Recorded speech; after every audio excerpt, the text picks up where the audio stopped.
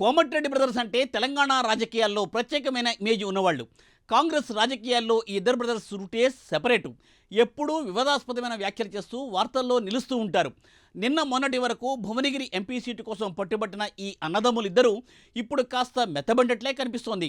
CM Revanth Reddy Rajagopal Reddy ఇంట్లోనే Bhuvanagiri MP ఎన్నికపై సమీక్ష నిర్వహించడంతో కాంగ్రెస్లో కలహాలు అన్నీ తీరినట్లే అని టాక్ నడుస్తోంది ఇప్పుడు. అంతేకాదు ఈ ఇద్దరు బ్రదర్స్ కూడా రేవంత్ రెడ్డి ఇంకో 10 ఏళ్లు ముఖ్యమంత్రిగా ఉంటారని కామెంట్ చేయడం ఇక్కడ కొసమెరుపు. మరి కోమటిరెడ్డి బ్రదర్స్ కామెంట్స్ దేనికి సంకేతం? ఈ స్టోరీలో చూడండి.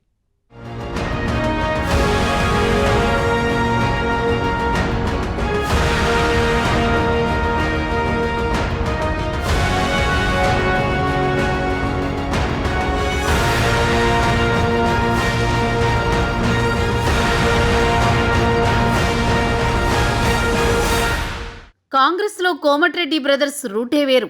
ఎప్పుడూ ఎక్కడ ఏం మాట్లాడాలో అదే మాట్లాడతారు. కొన్నిసార్లు రాజకీయంగా, మరికొన్నిసార్లు కోపంగా, ఇంకొన్నిసార్లు బాధగా, ఇలా సమయానికి తగ్గట్టుగా మాట్లాడడం ఈ ఇద్దరు బ్రదర్స్కు వెన్నతో పెట్టిన విద్య.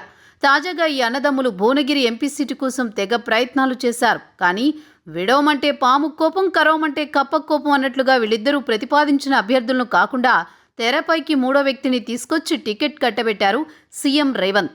తనకు సన్నిహితుడైన చామల కిరణ్ కుమార్ రెడ్డికి ఇక్కడ అభ్యర్థిత్వం ఖరారు చేశారు. దీంతో చామలకు కోమటిరెడ్డి బ్రదర్స్ సహకరిస్తారా అన్న అనుమానాలు మొదలయ్యాయి. కానీ వీటన్నింటినీ పటాపంచలు చేస్తూ సీఎం రేవంత్ భువనగిరి లోక్సభ బాధ్యతలను రాజగోపాల్ రెడ్డికి అప్పజెప్పారు. అంతేకాదు ఆయన నివాసంలోనే భువనగిరి లోక్సభ నియోజకవర్గ నేతలతో సమీక్ష కూడా నిర్వహించారు.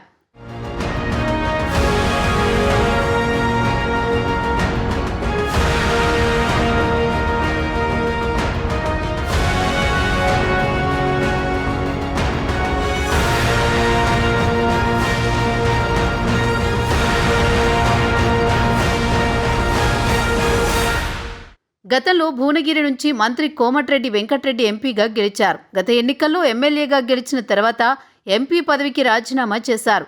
అయితే గత ఎన్నికల్లో భువనగిరి నుంచి గెలవడంతో పాటు తనకంటూ అనుచర వర్గాన్ని తయారు చేసుకున్నారు వెంకటరెడ్డి. ఇప్పుడు వీళ్లంతా కూడా చామల కోసం పనిచేయడానికి సిద్ధమవుతున్నారు. అటు రేవంత్ రెడ్డి కూడా భువనగిరి అంటే కోమటిరెడ్డి బ్రదర్స్కు కంచు కోటని భువనగిరి పార్లమెంటరీ నియోజకవర్గ ప్రచార బాధ్యతలు ఎమ్మెల్యే కోమటిరెడ్డి రాజగోపాల్ రెడ్డికి అప్పగిస్తున్నట్లు ప్రకటించారు. గెలుపు కోసం ప్రతి ఒక్కరూ శక్తివంచన లేకుండా పనిచేయాలని సూచించారు. కాంగ్రెస్ ప్రభుత్వం అమలు చేస్తున్న సంక్షేమ పథకాలను, 6 గ్యారంటీలను ప్రతి గడపకు తీసుకువెళ్లి ప్రచారం చేయాలని కోరారు. ఈ టికెట్ను కోమటిరెడ్డి కుటుంబం ఆశించిందని, కానీ అధినాయకత్వం ఎవరికి ఇచ్చినా గెలుపు కోసం కృషి చేస్తామని ఆ కుటుంబ సభ్యులు హామీ ఇచ్చారని తెలిపారు.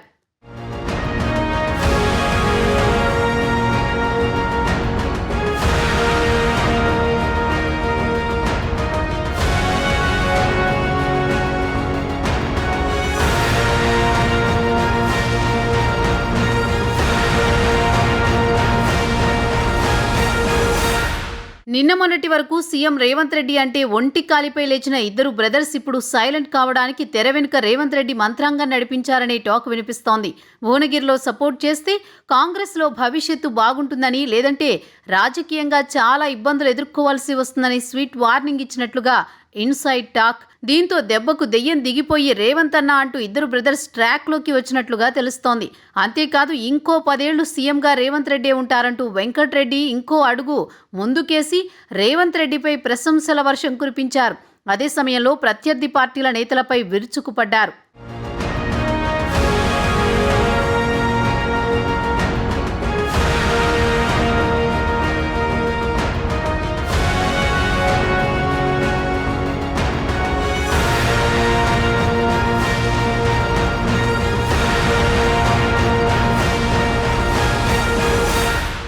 మరోవైపు పార్టీలో చీలిక తెస్తానన్నట్లుగా మాట్లాడుతున్న బీజేపీ ఎల్పీ నేత మహేశ్వర్ రెడ్డి, బీఆర్ఎస్ నేత హరీష్ రావుపై ఒక్కసారిగా ఫైర్ అయ్యారు.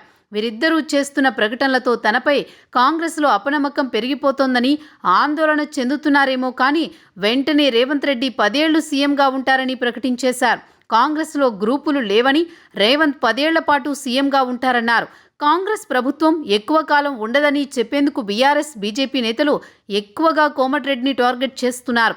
కోమటిరెడ్డితో పాటు ఖమ్మం మంత్రి పొంగులేటి సుధాకర్ రెడ్డిని కలిపేసుకుంటున్నారు. వీరిద్దరిలో ఒకరు షిండే అవుతారని, బీజేపీతో కలుస్తారన్నట్లుగా కామెంట్లు చేస్తున్నారు. కోమటిరెడ్డి గతంలో రేవంత్ నాయకత్వాన్ని వ్యతిరేకించి ఉండడంతో మరింత ఎక్కువగా ఆయనపై అనుమానాలు కలుగుతున్నాయి. తనను షిండేతో పోలుస్తూ చేసే ప్రచారాలు మరింత పెరిగితే తనపై కాంగ్రెస్లో నమ్మకం సడలిపోతుందని, మొదటికే మోసం వస్తుందన్న ఆందోళనతో గట్టిగా కౌంటర్ ఇచ్చేందుకు కోమటిరెడ్డి సిద్ధమైనట్లుగా కనిపిస్తోంది.